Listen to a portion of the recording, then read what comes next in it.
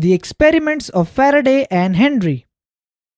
Let's understand the experiments of Faraday and Henry. Experiment 1. When the north pole of a bar magnet is pushed towards the coil, the pointer in the galvanometer deflects, indicating the presence of electric current in the coil. The galvanometer does not show any deflection when the magnet is held stationary. When the magnet is pulled away from the coil, the galvanometer shows deflection in opposite direction, which indicates reversal of the current directions. It shows that it is the relative motion between the magnet and the coil that is responsible for generation of electric current in the coil. Experiment 2. The bar magnet is replaced by a second coil connected to a battery.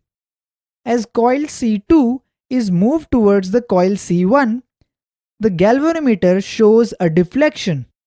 This indicates that electric current is induced in coil C1.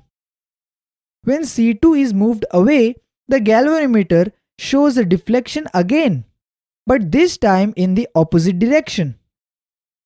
The deflection lasts as long as coil C2 is in motion.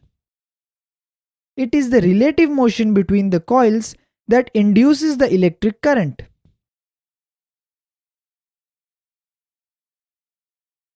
Experiment 3. Coil C1 is connected to galvanometer G while the second coil C2 is connected to a battery through tapping key K. In this experiment, Faraday showed that the relative motion is not an absolute requirement.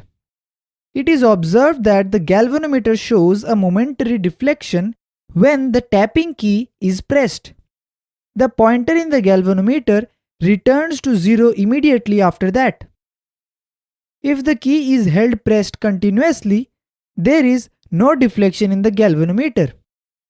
When the key is released, a momentary deflection is observed, but in the opposite direction.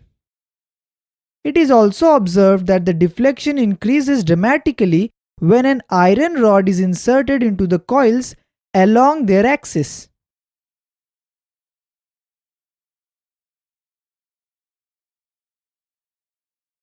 Concepts. What induces the electric current?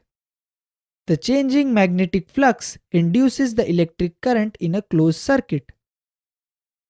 Does a stationary magnet also produces an electric current? No, a stationary magnet does not produce an electric current.